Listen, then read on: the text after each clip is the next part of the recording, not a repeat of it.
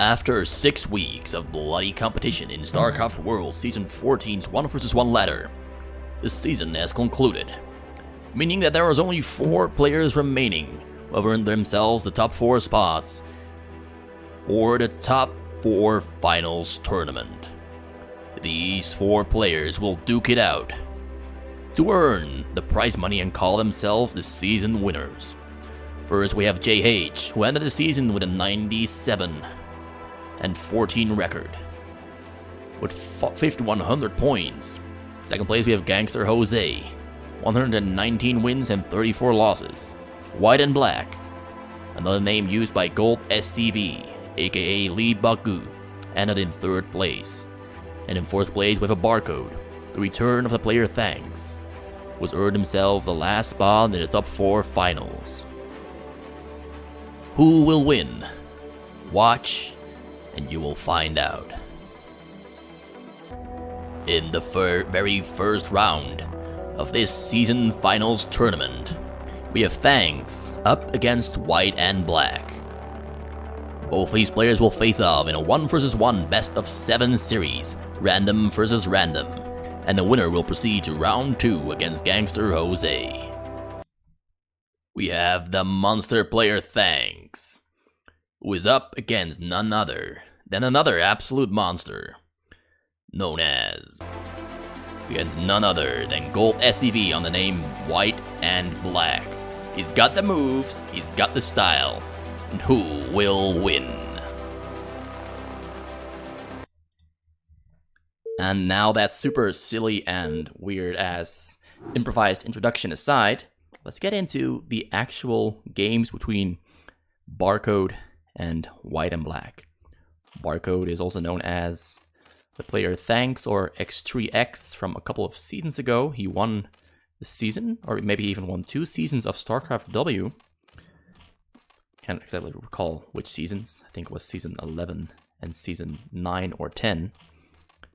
And he is here playing on the White Terran.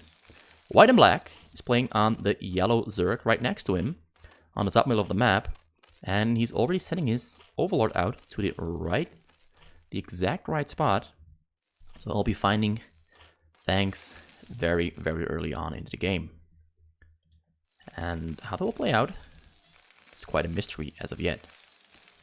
Starts off with a barrack for the Barcode. And just a quick note, WhiteandBlack is the player GoldSCV, so known as Lagg. And he starts out with a scout on the middle to see if there's a mid-build there. And now he starts his choke. Depot comes out, and it's just going to take a while before anything interesting happens. Both players now know where the other is because these Overlord is a little bit too close towards the barracks. So both players should have spotted each other and know what they should be doing, given that they're so close to each other. And given that Thanks, or Barcode, went for a very early barracks on 8-10, he'll have his Marine out a little bit earlier than if he had gone for a 9-10 deep barracks there. Very early pull has come out for WhiteandBlack. WhiteandBlack just preparing himself for that choke. It's going to take a while because it needs this hatchery to finish. First Marine almost out, ready to put pressure on that choke there. But that is if he gets there in time, which I think he will. And it doesn't look like, well, it looks like WhiteandBlack did indeed save 2 larvae, so once that pull finishes, he can make himself some Zerglings. He's not sending a drone out to his choke, so that is a bit risky, starting with a gas very early on. And he's made another drone, and now 2 Zerglings are on the way. A 3rd Zergling will probably be made here at the choke. Thanks pulled back his Marine. Just gonna ball them up. Went for a very early gas and a very early academy as well. The very early stim upgrade will be coming out for Thanks, and he'll also probably have medics, so he's probably planning on being rather aggressive here. Because I think he knows that GoldSCV, or WhiteandBlack, tends to undercut on his choke whenever he's playing against a Terran as Zerg. And Thanks, or Barcode, is one of those players who will just try to take full advantage of that. So most of the times he'll try to brute force it, sometimes it backfires. Most of the time it works out in his favor because he has amazing control as well. Because he is an S-ranked low money player. On the ladder, And he's Korean, of course. Both players are Korean. I haven't mentioned that yet. Although, maybe the introduction video that was honestly quite crappy gave that away. I just tried to improvise something. I've never done an introduction like that before. And the Zerglings try to harass, but they get done pretty much nothing at all. And the Marines kill them. And now they're going to move out. Medics are on the way. Stim upgrade almost finished up as well. Which means that White and Black might very soon be in a lot of trouble because there's only 2 Sunkons and the third one is on the way. His lair has finished in the second. Come on, finish up. And there is a pretty late Hireless then. Actually, the lair is still a couple of seconds away from finishing. And now the Marines are out in the middle. More Marines are on the way. He's going to wait for more Marines. He went for 4 barracks, so he's going to have a lot of Marines out on the middle there. Before White and Black will have 5 Sunkons up. A 4th one is on the way. 5th one's on the way as well, but that's still a creep colony. He's trying to get lurkers. Lurker aspect now being researched. He's a little bit on low gas, so it's going to be a little bit risky for him to try and move out. But he's going to have to speed up real quick because his front now is being besieged up by these Marines. Stimmed up really well, focusing, staying out of the range of this Sunken here. A little bit of an unfortunate Sunken placement for Thanks there. Which means that now, for White and Black, very fortunate for Thanks. Thanks can now walk in. He can even snipe this Overlord if he decides to do so. But he doesn't even have to do that because White and Black taps out pretty early into the game. Thanks just wants to kill some stuff here, and the game ends. And that's a very quick 1-0 win for Barcode, aka Thanks, against GoldSCV, aka White and Black. White and Black made a huge mistake on his choke there, and pretty much there was no opposition whatsoever for Thanks, and he just walked in there, took care of business, and ended the game in only 4 minutes and 40 seconds. And means we're now going into game number 2, which I'll load up right now. And we're loading into game number 2 between Thanks, aka Barcode, aka X-Tray-X, aka Hello. Basically just a lot of words. He's got a lot of names. Almost as many names as I do. And he's up against White and Black, aka GoldSCV, aka Lagg, who's now playing on the Grey Protoss in the top right corner of the map. And Barcode, aka Thanks, aka whatever I just said a couple of seconds ago, is playing on a very similar color as the whatever Terran this is. Yeah, I don't know what color that is, so I'm just calling it whatever Terran. He's playing at the bottom middle of the map, a mid spot. And I'm going to change to red and blue. And GoldSCV, aka White and Black, is going for a mid build already. From a corner spot, he's very confident in his ability to pull off a win on a mid build, but he's pretty far away from Barcode, aka Thanks' location. And Thanks starts off with a barrack first. So if that Marine out a little bit earlier, if he swapped the depot and barrack timing around on the depot first and a barrack second. And honestly, I think that Barcode is one of the players against whom it is very, very difficult to pull off a mid build, specifically with this much distance between the gateways and the base. So he'll have time to have at least a couple of Marines up, and probably a bunker as well, before a single Zealot from White and Black enters into his base. And White and Black went for a single gateway there. Went for a pretty early mid build. I think a little bit earlier than you usually see people send a probe out into the middle. It means that he'll have a single Zealot. Most of the time people make 2 gateways at the same time on the middle.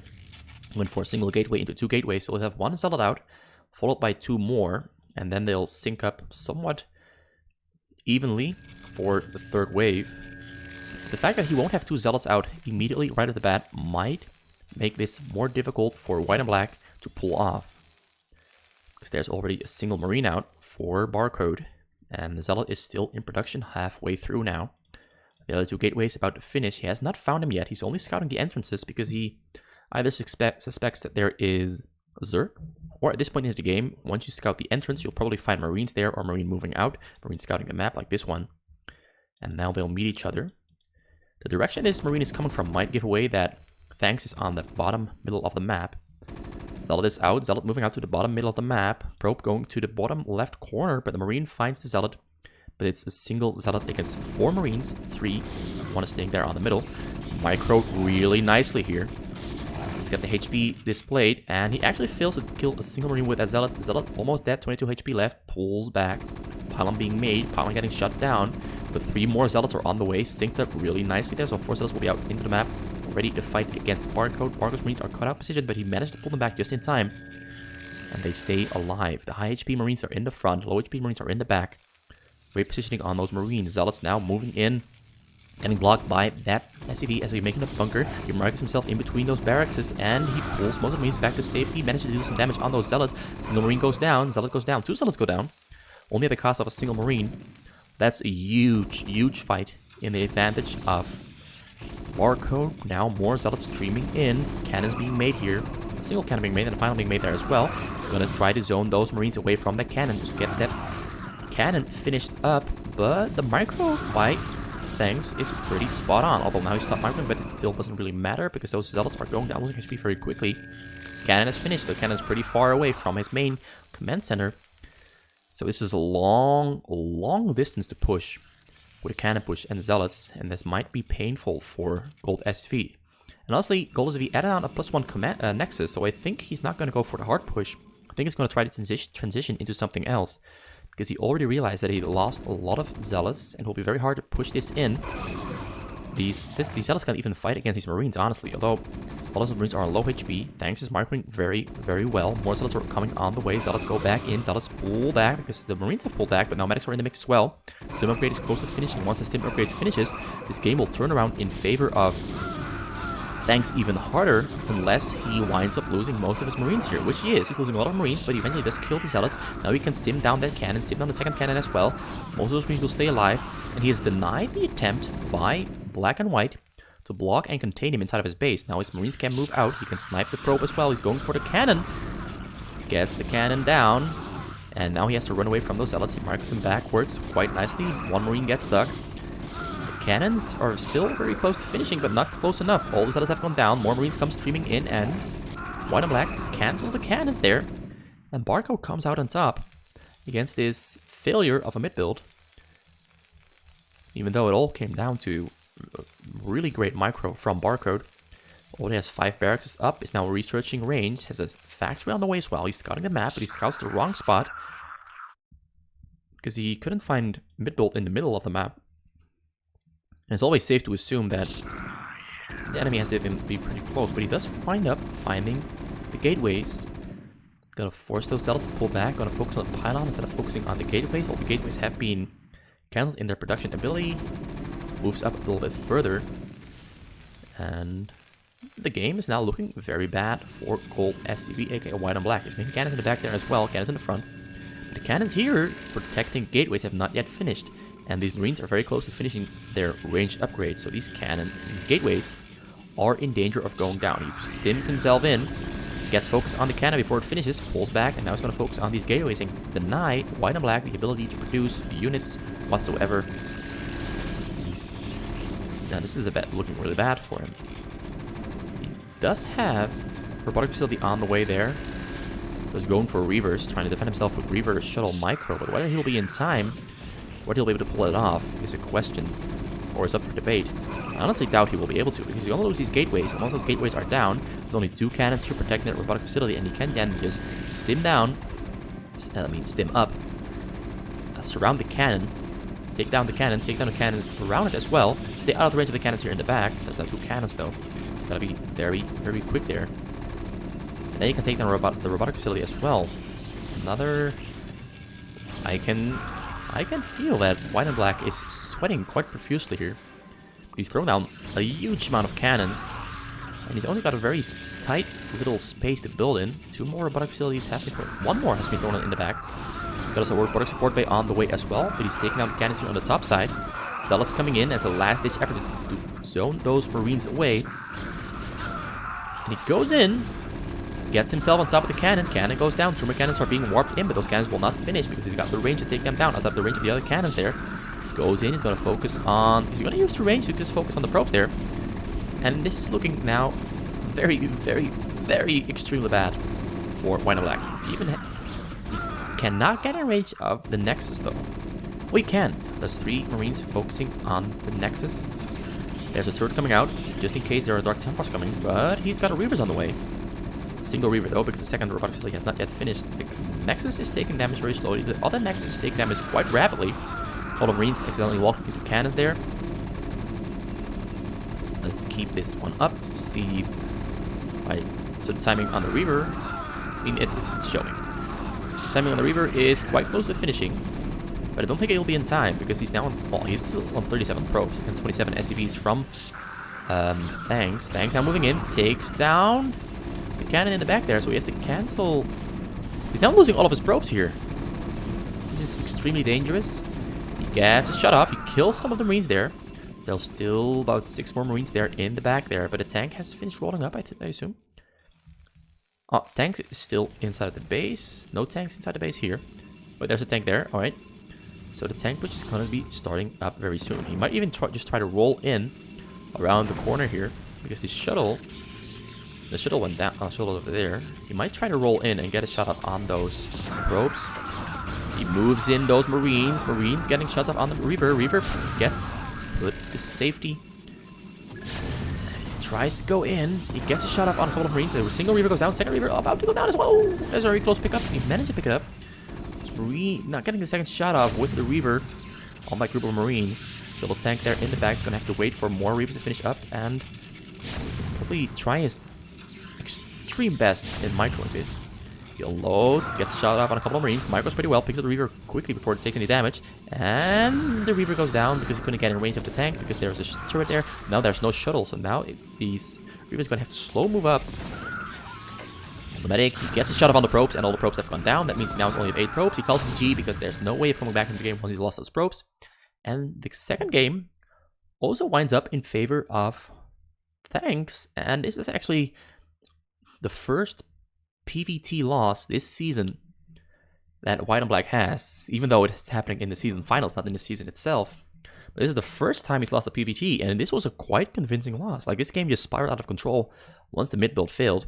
I honestly think that a mid build was a really greedy choice here, given he's on a corner spot. There's a lot of distance to the middle, a lot of distance from the gateways on the middle to the base of the Terran, and the entire purpose of a mid build is, well, the proxy mid build is to close the distance between your gateways, aka the spawning time of your zealots, to the enemy base, and it didn't work out. This is one of the reasons why I specifically am an advocate against mid building or proxy gateway from a corner spot.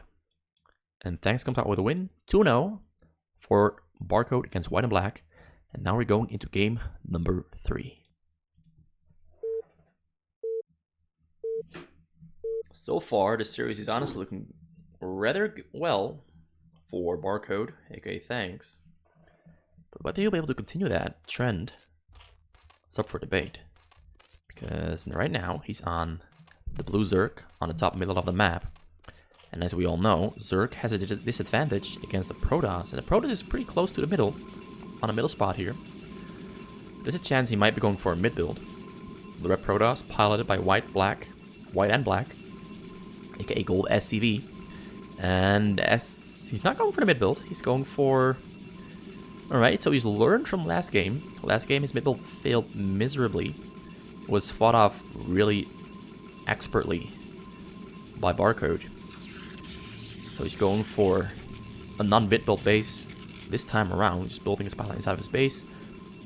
Let's see what he's going for. Thanks is not going for a choke. He's going for a hatchery inside the top corner of his base. This is a common build that he does a lot. He builds his hatcheries behind because he knows that a lot of people have started scouting just the chokes as the Protoss. So there's a chance that WhiteandBlack might not even be able to find Barcode this time around. Starts off with 2 gateways. It's looking like the standard Korean Protoss build for now. Pylon inside of his choke, or no pylon inside of his the choke, so he's not planning on choking up. Still only on a single pylon. Probe scouts. Let's see whether it scouts the chokes or whether it goes into the base itself. And it goes into the base itself. So he will find Barcode. Regardless of Barcode's attempts to hide and conceal his base, he'll find him. Overlord scouting the left side of the map there. 2 more gateways have come out, pylon as well. I think the pylon will finish up just in time to avoid him getting supply stuck, although he's supply stuck for a couple of seconds now, but probe's now on the way. Did he find him? I was distracted there. My bad. And he didn't find him. So even though he is quite diligently scouting the entire bases, he is also not being very diligent. Like, I don't think he saw this little thing, because he still continued scouting. And he's still going to be scouting the map with this. He's going to scout the bottom side of the map. This is already turning into another disastrous game for White and Black, because Barcode is already making Zergling speed upgrade, and he still hasn't found where Barcode is, even though he already scouted the spot that he's on. And he even scouted the creep, but he only saw a little bit of the creep. And now there's the Zergling. And now alarm bells are ringing for White and Black, because now White and Black knows. Oh, he's even moving probes here. Lost one probe. Not losing the second one. Second one gets pulled to safety. Moved around. Zergling is almost dead. Thanks is placing his Zerglings on the side there. He's wondering when those Zealots are going to be entering his base, because he assumes that White and Black has already found him. They're on the way as well. And it looks like White and Black is completely confused. I'm sure he assumes that Thanks is on the bottom corner there, because that's the only spot where he could reasonably be. Because it's the only spot he hasn't fully scouted. He scouted this, scouted that, scouted this, scouted that. He missed him here. And this is going to be another Protoss loss for White and Black. I don't see him being able to survive this sneak attack, even though this sneak attack is one of his own making. Completely misinterpreted the map, miscouted the map. Now the Zerglings are coming in. All these probes are going to be dying, because those probes don't stand a chance against this amount of Zerglings. Trying to micro those probes to safety. Zealots are trying to attack, but there's nothing there. Zealots are way out of position on the wrong side of the map. This is like the weirdest game I've ever seen from White and Black. I've never seen him make such a huge mistake like this one. This is one of the risks you take when... Well, he didn't really take risks. Just everything worked out against him. And he loses game number 3. It's already a 3-0 for Barcode, aka Thanks, against White and Black, aka GoldSCV. And game number 3 is honestly a freak accident that basically never ever happens. This never ever happens. But this is pretty much the intended purpose of why Thanks, aka Barcode, builds his base configuration exactly like this. It's pure cheese, absolute cheese. Most of the time this backfires and he dies. This time around, one of the rare occasions where this specific build works, and he kills none other than White and Black, who hadn't lost a Protoss game this entire season. Maybe he had lost one, I'm not sure. But still, it goes to say a lot that he hadn't lost this matchup at all this season. And in the season prior to this one. And the season prior to that one. So this is 2 Protoss losses for White and Black within the span of 3 games. Or 2 games to be more specific. Anyway, that aside, score is now 3-0 for Barcode. And it is time for game number 4. Let's get into it. I honestly wonder whether Black and White can mentally recover from that freak accident of a game. Whether he has the mental resiliency to pull through. What? Alright. So he cancelled his first drone. It hasn't started another one yet. He hasn't in fact started the drone whatsoever. This is like, I have no idea what I'm watching. Alright, he's going for a pull. Alright, so he's going for another absolute freaky cheese strategy here. He's not even making drones. He's sticking to... Oh, he's making a drone now. Alright. He's going for a 4-drone pool build. Makes another drone. Get back to 4 drones in total. He's got to make very early Zerglings. I've never seen this build before. So this drone is going to be used to scout. Just, we haven't seen White and Black's race yet. He's playing on the Terran. I'm just so surprised and bewitched, how you might say it, bemused, whatever. Focused, tunnel visioned on Thanks' weird build. And White and Black going for the very standard build for Terran. Early barracks, followed by depots, followed by another barracks. on 10-10. SV finishes, gets supply stick for a couple of seconds, and the supply depot finishes, and SV goes back onto the minerals. Another drone has come out, and now I'll pull the drone off his minerals to scout. Scouted 3 of the 7 available spots. 6 circlings come out. 6 circlings leaving for the middle of the base of the map. Single SCV scouting the middle. Marine coming out in just a couple of seconds. Second depot will be put down right now. SCV finds the Zerglings. Sees them coming from the northern side of the map. Thanks thinks that the SCV came from the bottom side of the map.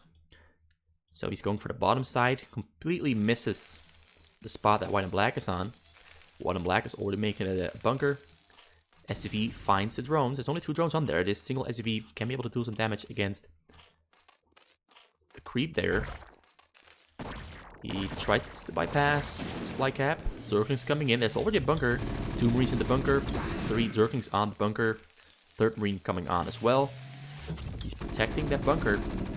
And this game is GG because I don't think that Barcode can actually do anything with this. He's on 4 drones. All drones have gone back to mining in the base. But the bunker there is very well placed. He's taking down the depots very slowly. But Black and White is microing those Marines back quite well whenever those Zerglings try to attack. Goes back, goes in, goes back, slowly dwindling down the HP on those Zerglings. Another Zergling goes down, 4 Zerglings are left, 2 more Zerglings are in the back there. Now the Zerglings on the depot. The depot does go down, but White and Black is not supply stuck. White and Black has about 7 Marines, and he calls it GG. And this is another one of those freaky, weird games that, honestly, he's doing. He tried something that it could work in theory if he manages to find White and Black on the very first spot, so his Zerglings can immediately go in there and start dealing damage to those SCVs before a single Marine is out or a single Zealot is out. But aside from that freak circumstance, I never see this working at all. So I won't even call this a good hold by White and Black, because this is just a default. This is what should happen. No matter what, you should be able to hold this. And, well, yeah. The score is back to 3-1. White and Black gets his first win. Basically a handout. Just like the game before this was a handout towards Barcode. So let's get into game number 5 and see whether White and Black can use this swinging momentum to pull himself back into the series. And game number 5 is on the way. White and Black, this time around, back on the Protoss. 3rd time he's got on Protoss in this series, but he has not managed to win a single game on Protoss. Although one of them was a freak accident. And Barcode is back on the Terran. 2nd time around he's on the Terran. He's played Terran, Zerg, Zerg, and Terran. And he's played Zerg. I lost count. I don't know why. Anyway, my mind is just mentally booming right now. Zerg, Terran, Zerg, Zerg, Terran. That's it. So he hasn't had Protoss just yet in this entire series. But he's still ahead, despite never having had Protoss, which is statistically the strongest race on fastest map. When it comes out, he's going for the same build as... Oh, he's going for a slightly different build. A single gateway. We started off with a 7-9 pylon into a 9-17 gateway. Now 2 more gateways will be going down for him, or a single gateway. A single gateway, because he doesn't have the minerals yet for another one. It's a very, very early first gateway. Pylon in the choke. This is now looking like a standard Korean build, honestly. Let's hide the side vision. Alright. So 2 barracks started off with an early barracks before the depot. Depot finishes 3rd barrack, 2nd barrack. Honestly, looks like White and Black is doing one of his more signature Korean builds, which is, in my opinion, one of the best builds you can possibly do on fastest map as a Protoss. But you get those Zealots out into the middle, and then you can start dealing damage with them. You only really need 2 gateways if you're micro as well to keep the Terran busy. And then you start adding on stuff like Fortress and Nexus. This Nexus is coming out really late though. It's a really late Nexus. So he is kind of improvising to a certain degree because he wants to get that first zealot out really early. Usually you would make 2 gateways at the same time and you'd have 2 zealots out at the same time, but he went for a single zealot by skewing the timing on the first gateway just a little bit. But this also means that everything else is a little bit off timing-wise.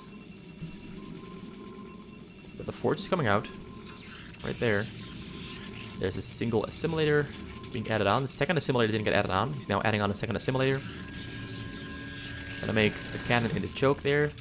He's got 3 zealots on the middle, 4th zealot on the way. You can start harassing, doing damage to Barcode. Barcode building a bunker preemptively, assuming that he's gonna get cannon pushed, like he did in the first Terran versus Protoss match between these two in this series.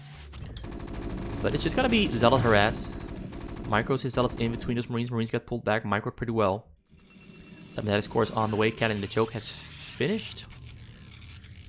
WhiteandBlack now pulling back towards the cannon because he knows he cannot fight against these Marines.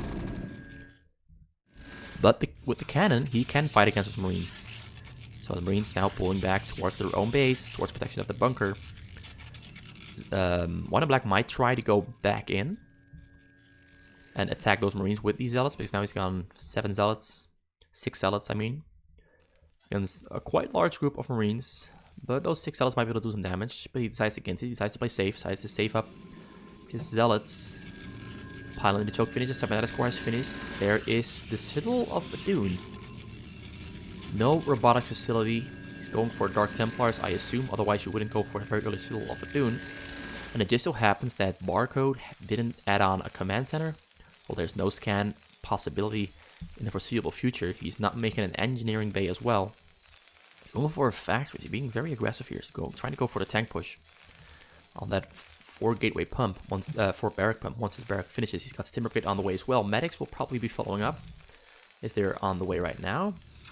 Got quite a number of Marines, so he might be able to push in the front here. There's the robotic facility coming out. More cannons being added on to the front, because WhiteandBlack knows that Barcode is one of those very aggressive players who will try to just pure micro brute force. This is with their macro. Just try to brute force in, find a way in, force their way in. But I don't think that's going to work.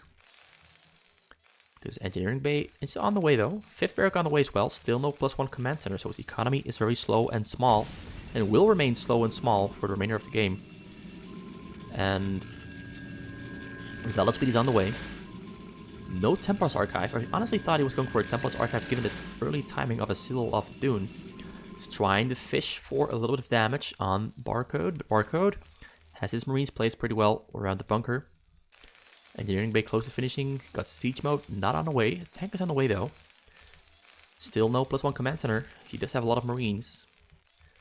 But given that WhiteandBlack went for the +1 Nexus quite early, he is propelling himself ahead of Barcode economically as the game goes on. 5 cannons there, a lot of Marines in a tank. He's going to try to go for the aggression here. There's a lot of Zealots there as well. He managed to save most of the Zealots by not going for the harass.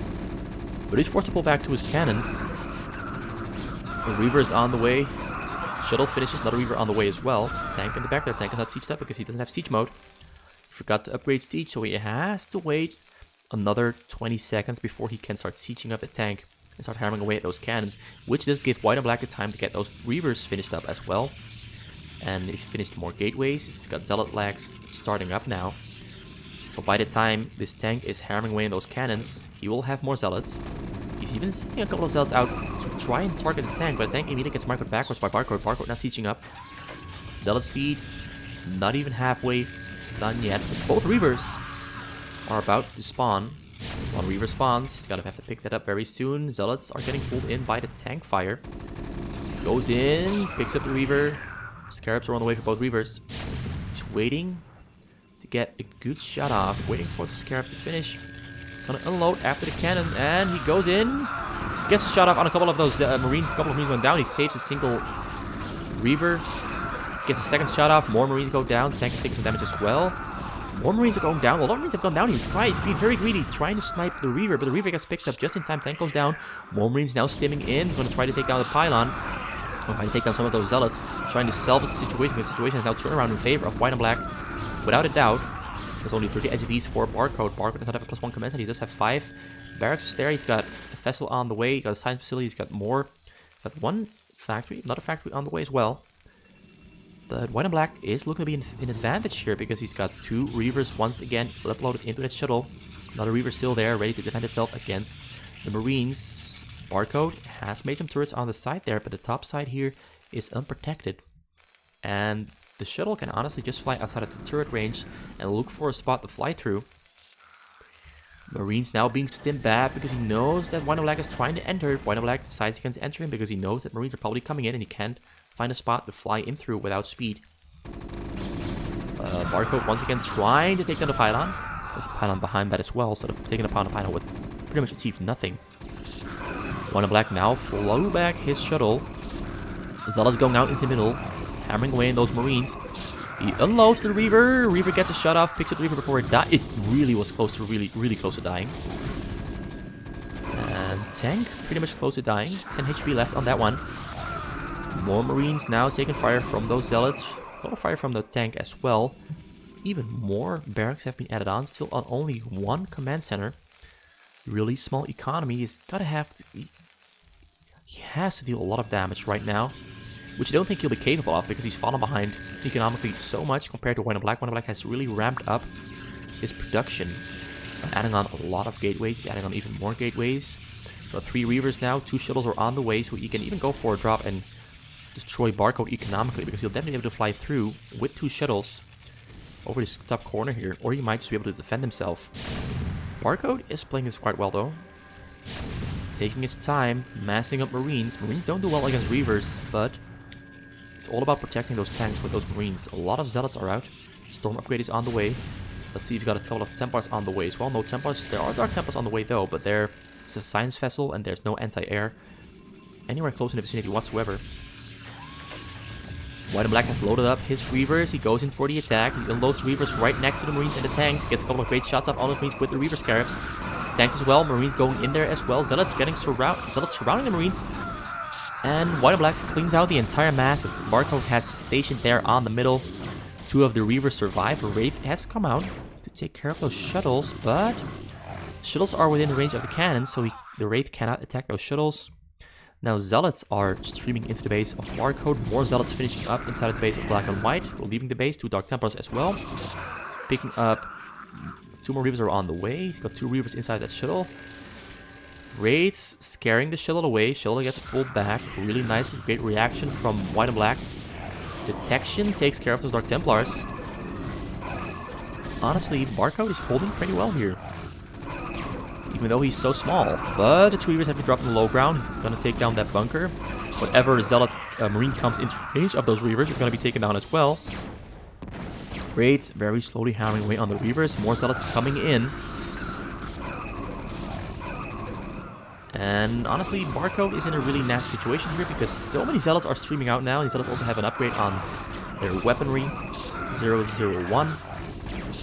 Marines pulling back, but there's not enough production coming out from Barcode. Barcode is really feeling it. I think he knows he's lost here, so he stopped producing. He calls it GG, leaves the game. And game number 5 is a win for White and Black. A Protoss versus Terran win. Pretty nice win here. A lot of over-aggression from Thanks, aka Barcode. Wasting a lot of units. Decided against boosting his economy, so he fell behind. He has 30 workers less than White and Black. And it really showed in their ability to produce units after the 8-minute mark, where that difference becomes really relevant. Because this amount of production facilities for White and Black, the amount of gateways is huge. And he still has a lot of overmine, so he could have built a lot more, could even add on more gas. So this game was never really in danger of losing for White and Black. He pretty much had Thanks doing whatever he wanted Thanks to be doing. So everything worked out in his favor. He didn't even have to try all that hard, although he was microing really well. His APM was really high. But I mean, he was never driven into a corner. He was always playing on his terms. And Barcode always played on White and Black's terms, never the other way around. So 3-2. White and Black is climbing back into the series. Let's go into game number 6, see how that one plays out. whether he can continue this streak.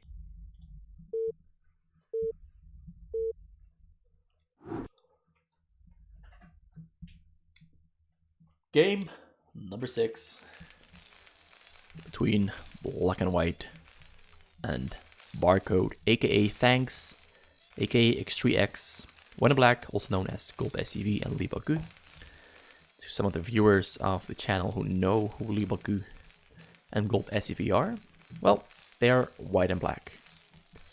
Well, he is WhiteandBlack. WhiteandBlack this time on the Terran, and he's the red Terran on the middle left of the map, and he's playing against Barcode on the blue Terran on the bottom right of the map.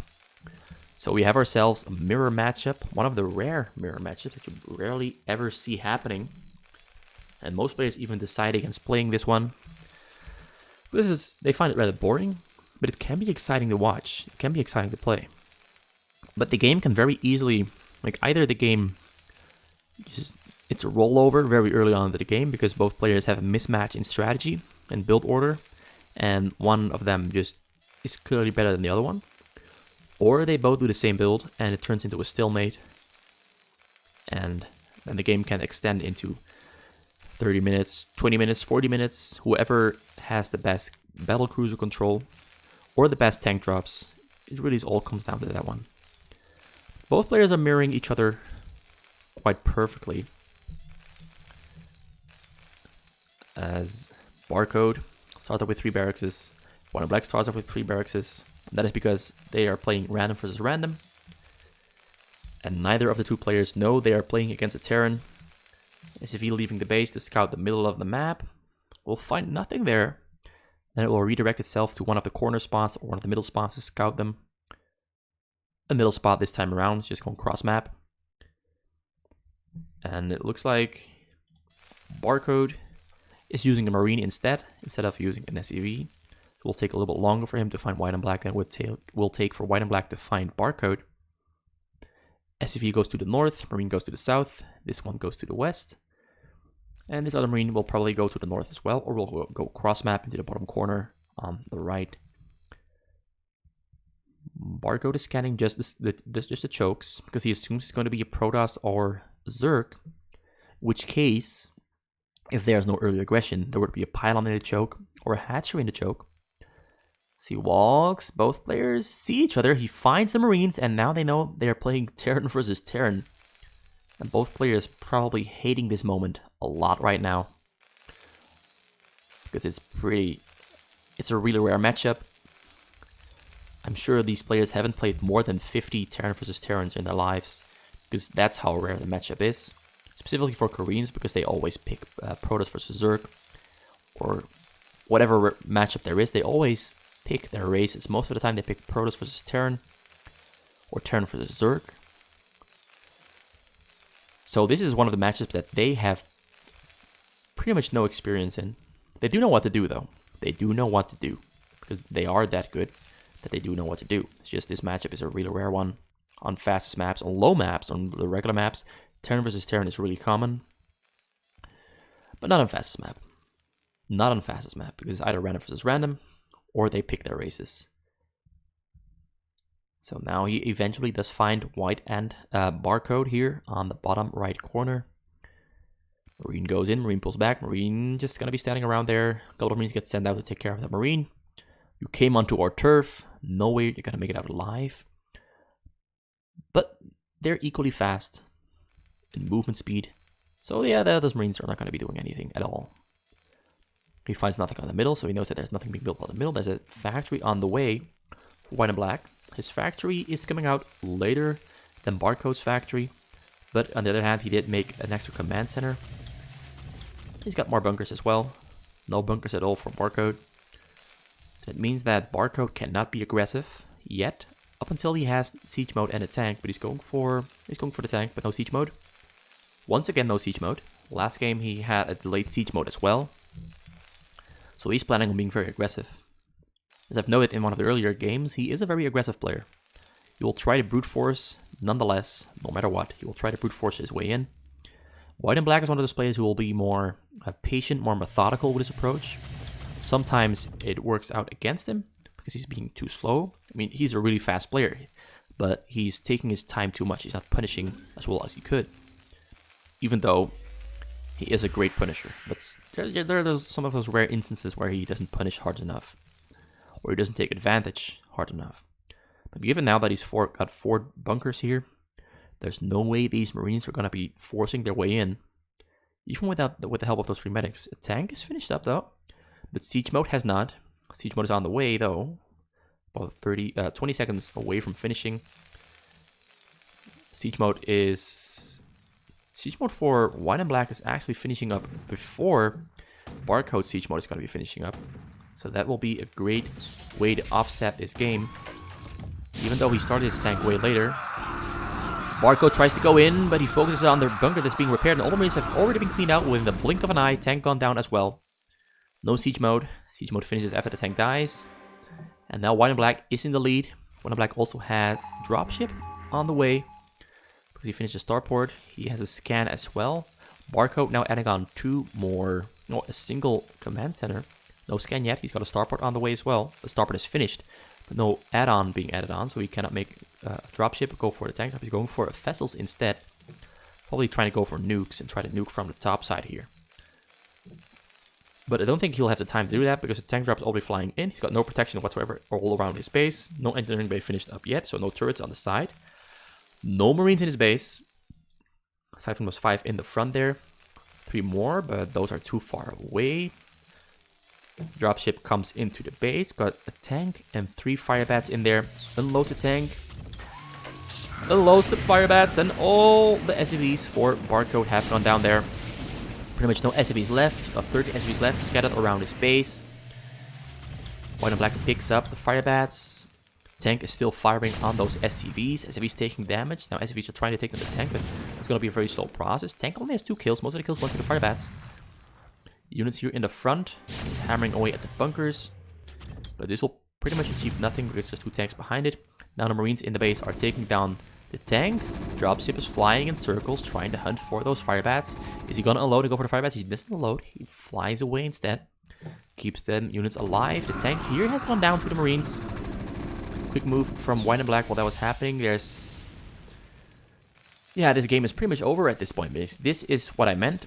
Either the game is a rollover, because one player is faster to a specific tech drop or a specific tech advancement than the other one. Barcode waited too long with his siege mode. Got punished by a tank drop, by having no units inside of his base. And given that he's now 30 workers behind on Black and White is just going to ramp up, become too big to handle, and steamroll all over Barcode. Barcode has pretty much no units whatsoever. He's got a tank on the way. He's got a tank there in the back, but the tank is pretty much close to dying. He's going to have to repair that one. Otherwise, he'll get rolled over. Although there's 3 tanks for White and Black, a large mass of Marines. Wraith took down the dropship, but the fire bats came out alive. And now it's going to be a small fight here. Sieges up the tanks. Barcode goes in because this is his last-ditch effort. The Wraiths have come out for White and Black as well. White and Black takes down the tank. Takes down the remainder of the Marines on the ground. Ghost is out, but Ghost achieves nothing. Tanks rolling in, unsieged, and he calls GG and is back to 3-3. 3 wins for White and Black, 3 wins for Barcode. White and Black has managed to make a comeback. And all these games are honestly rather quick. Like, they're over within the blink of an eye. And yeah, time for game number 7. This game is pretty much just completely self-explanatory. White and Black gains an advantage. Barcode throws his advantage. And White and Black comes out the winner, because there's pretty much nothing Barcode can do once White and Black had gained the advantage that he did. Let's load up the last game in this series, game number 7, and see who wins this series. 3, 2, 1, 0. Let's get this rolling. Game number 7 between StarCraft World's very own White and Black against Barcode aka Thangs. White and Black, also known as GoldSCV, is now playing the red Terran on the middle right of the map. Thangs got himself located on the bottom left corner of the map. And as we've seen in the past, in this series, whenever Barcode gets Zerg, he's going for some really wacky shit. Really wacky stuff. Whereas White and Black is one of those players who will just pretty much stick to his fundamentals. Really solid play, smart play, takes it slow, no over-aggression. Sometimes he assumes things though that can lead to his downfall. He's one of those players who just very methodically plays out a game, uses his advantages, tries to build advantages, and then slowly escalate the game into his favor. Whereas Barcode pretty much just tries to brute force it. But this time around, no wacky, crazy shit going on for Barcode. He's going for that hatchery and the choke instead, playing it safe, doing the conventional build that we all too often see players do when they are Zerg on the fastest map, which is choke up. When the Black started off with the Barrack before the depot, once again, a common theme in this series for both players. Second hatchery coming out, so no pool. This is like the most extreme risk you can take as a Zerg. When you're trying to choke, is making a hatchery before your pool. Pool comes out very late, which means Zerglings and will come out very late, which also means you'll have the ability to make creep colonies quite late, but most of all, you will not be able to protect them. Like, let's say the enemy was a Protoss and was going for a mid build, and you'd have Zealots hammering away on your choke before you even have Zerglings, and you cannot even morph a Sunken. That's very risky for Barcode, but the fact that Barcode is Zerg against Terran this time around, there's a chance that this will work. There's a chance. Not saying it will, but there's a chance it will work. This game might be over sooner than expected. The one thing Barcode is going for him is the distance between White and Black and his choke. The drones get forced away by the Marine and the SCV. More Marines are on the way, but the pool has finished up. 6 Zerglings are on the way as well. Can he get down one of those creep colonies? White and Black pulls back because he's expecting the Zerglings, but still no Zerglings. 8 Zerglings in total will be coming out for Barcode. Barcode pulled back his drones to his base. And White and Black is really being extremely conservative here. He's trying to keep those Zerglings away, trying not to greed or over-aggress. He gets free fire on the creep colony, but his Marines are going to get surrounded here. He tries to pull back. Zerglings are running in, getting us around on the SCV and the Marine. SCV manages to make it out. He's going to try to get us around on those Marines once again, trying to cut them off. White and Black is walking towards the middle right at the map, so he knows where he can micro his Zerglings towards. He gets us around on all the Marines, but now more Marines have come up. He's going to try to get in between those Marines. Marines get micro backers. Couple of Marines go down. Couple of Zerglings go down as well. Most Marines have gone down. Single Zergling left alive. Single Zergling dies. 5 Marines come out of the fray alive. And the first Sunken is about to be finished up for Barcode. Barcode already started up a gas. Has enough minerals for another hatchery. But I think he's going to go for the lair first. Lair first. There's Creep Colony. Made a lot of Overlords there. 2 Overlords at the same time. And a lot of drones as well. So he did manage to get the choke up. Somewhat thanks to White and Black holding back a little bit there. Not going for the full hard-on punish, but going for a soft punish, which winds up not working out all that well. But he has a factory up now. No +1 command center. He's going for a tank push, going for a starport as well after this one, once he can afford it. But he needs that 1 extra gas first. Academy almost finished up. He's going to scout the choke, see how many Sunkens there are. He might try to go for a medic Marine stim push on the front. If he gouges that the amount of Sunkens is too low to hold a frontal Marine push. He sees that there's 2 Sunkens. He saw that there's 1 low HP Sunken, so he might be trying to go for the frontal push. But Barcode already has a Hydralisk Den on the way. He didn't make a Queen's Nest. Alright, there's the Queen's Nest. But he's got enough gas for Lurker aspect, so he's upgrading Lurker aspect now, so we can be seeing Lurkers coming out in the foreseeable future.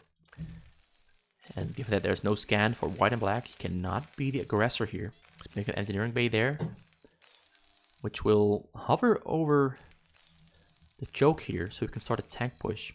Starts off with, the starport got blocked, but now he starts up the starport. So vessels will be coming on the way very soon, but I assume that Hydralisk Lurkers will be out before the vessel, so he can zone White and Black away. White and Black will have to make a turret here, somewhere in this area, to zone those lurkers away from leaving the base. There's the turret coming down. Engineering bay hovering over the Sunkens to extend the tank vision range, because the tank can fire a little bit further away than its own vision range once it is sieged up. That Sunken's going to go down very quickly. Another hatchet being added on.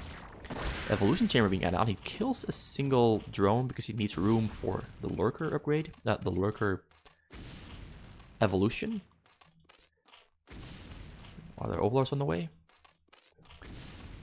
There's no overlords on the way. Oh, there's an overlord on the way there. Alright, 2 lurkers are being made now, because he lost a couple of drones here in the front.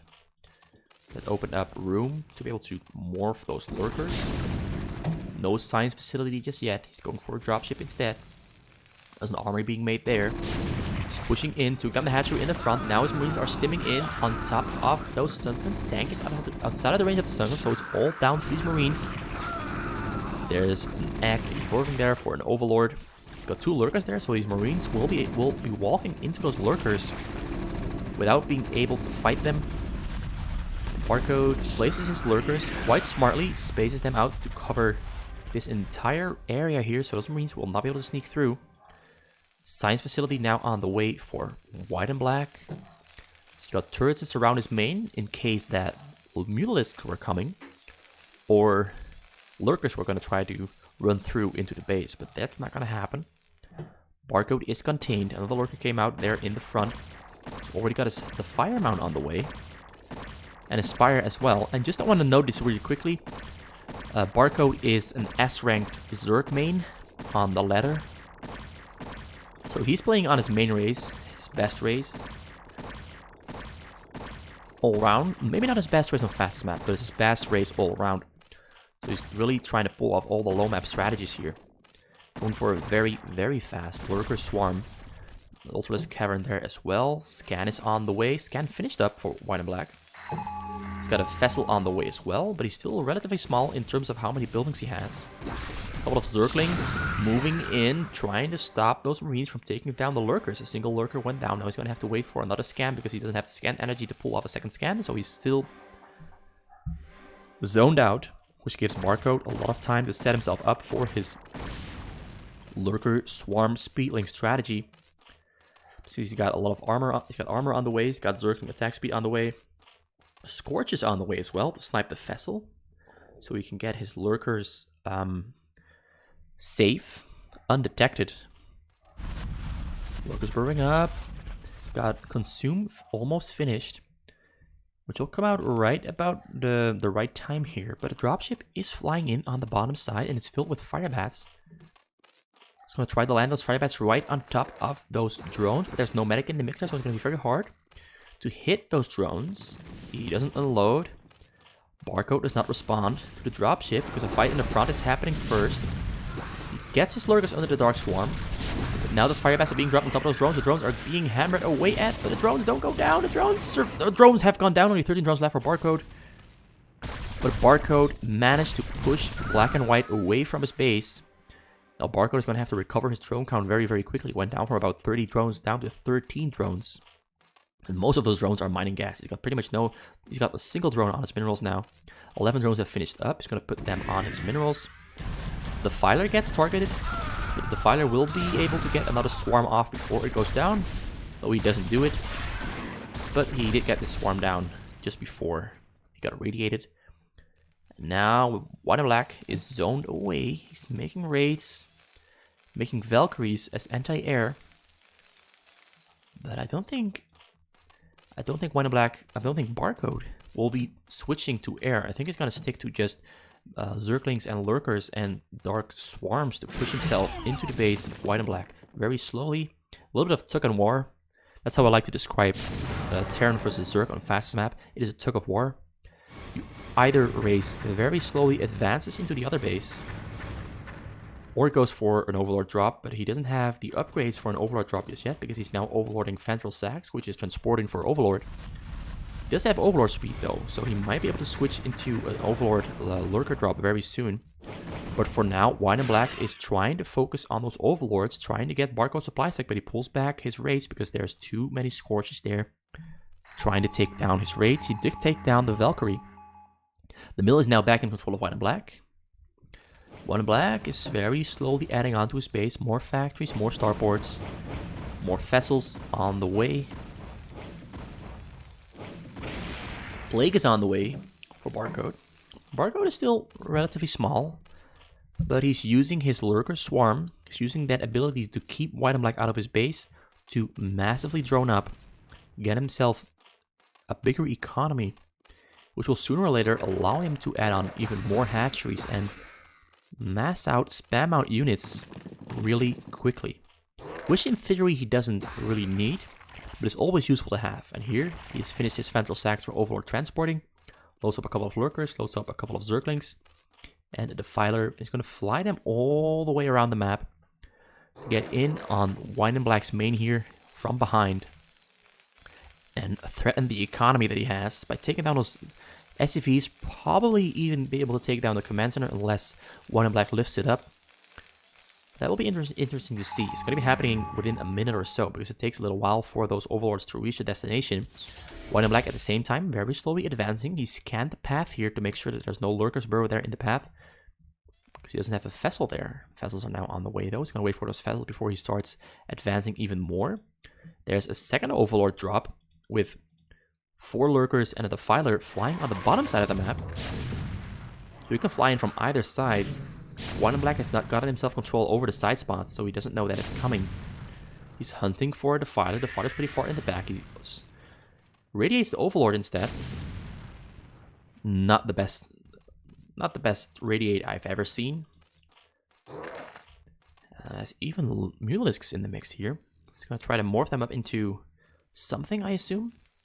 White and Black now sees that, ooh, he's trying to get vision of the side spot and sees those overlords flying in. And now he's got to be feeling like he's really cut out. He really feels fucked up now. Because there's a lot of lurkers there. There's even 2 Dark Swarms, 8 lurkers, 2 Dark Swarms. All lurkers are protected. There's no way this command center is going to survive. Even if he lifts it up, he'll be losing that command center because this Mule is hammering away at it as well. A couple of lurkers have gone down to the Radiate. A couple of SCVs have gone down to the lurkers. Command center is getting repaired. Command center stays alive barely, but it gets lifted up and eventually it does go down to the Mulisks. Because the SCVs trying to repair it or going down. Now this game is looking awfully scary for White and Black. The game is in an absolute advantage for Barcode. Because Barcode is incapable of pushing himself into the base of White and Black is incapable of pushing into the base of Barcode thanks to the block by the Lurker Swarm here. He does radiate the Lurkers, but a couple of Lurkers are being burrowed on top of each other. Smart move from Barcode. The Swarm ends, but Barcode very quickly trying to get another Dark Swarm, and he gets another Dark Swarm down, so 2 Lurkers are still burrowed up there. Really close. Really close. Would have taken a couple of seconds to take them down. Now Barcode is taking down depots inside of Barcode's base. A lot of lurkers are still alive. 6 lurkers are still alive. He gets irradiated up onto the Defiler. The Defiler will go down, but there's still another Defiler there in the back, which can eat one of these lurkers and then burrow and then Dark Swarm these and extend the duration of this abuse. You got 10 SCVs left, 100 minerals, and a single command center. So there's pretty much nothing White and Black can do here. He's flying in, taking care of a huge amount of overlords. Now Barcode is supply stuck, but Barcode has almost 5,000 minerals, so he can just shit out a crap ton of overlords very quickly. Valkyrie's trying to fly away to safety away from these Scorches, but the Scorches and the Valkyries are equally fast. He flies into the corner and he does take down most of the Scorches before a single Valkyrie goes down, so eventually the escape does work, but now another drop is flying in. Single Lurker, single Defiler. It's mostly about getting a Defiler in there. And both get radiated. Doesn't get shots off on any of those SCVs, but he does delay the timing on this. He doesn't really delay the mining time. Although the SCVs could have started mining already, and now they'd be rolling to the command center, so it did slow him down a little bit. Got a great plague off on those vessels as well, so the vessels only take a single hit now to be taken down, which is disastrous for White and Black, because those vessels were absolutely essential to his ability to survive. Now, Ultralisks combined with Hydralisks and a Dark Swarm are trying to get in on top of those tanks. Tanks being pulled back. Barcode gains control over the middle. WhiteandBlack pulls back to his bunkers. Ultralisk speed about to be finishing up. But both Ultralisks got radiated. Now we've got a tank behind the bunkers there. And he'll be able to hold himself for now. Because the fighter went down. Hydralisk's not that great against tanks. He needs lurkers there. More Ultralisks on the way. Ready to take down those Marines. He's got Ultralisk speed now. Those Ultralisks will be able to get on top of those. Yep. WhiteandBlack recognizes that those Ultralisk can kill his tanks. He doesn't have the minerals to reproduce his tanks. And WhiteandBlack loses the game. Barcode comes out on top, which means that Barcode is about to advance to round number 2 against Gangster Jose. WhiteandBlack loses the series 3-4. Barcode wins it 4-3. Pretty solid final game. The longest game in the series as well. I think the best game in the series also. Because it was kind of a back and forth at some point in the game.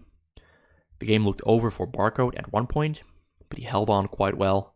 Did a great counter punch right into the gut, right into the most vulnerable spot that WhiteandBlack had.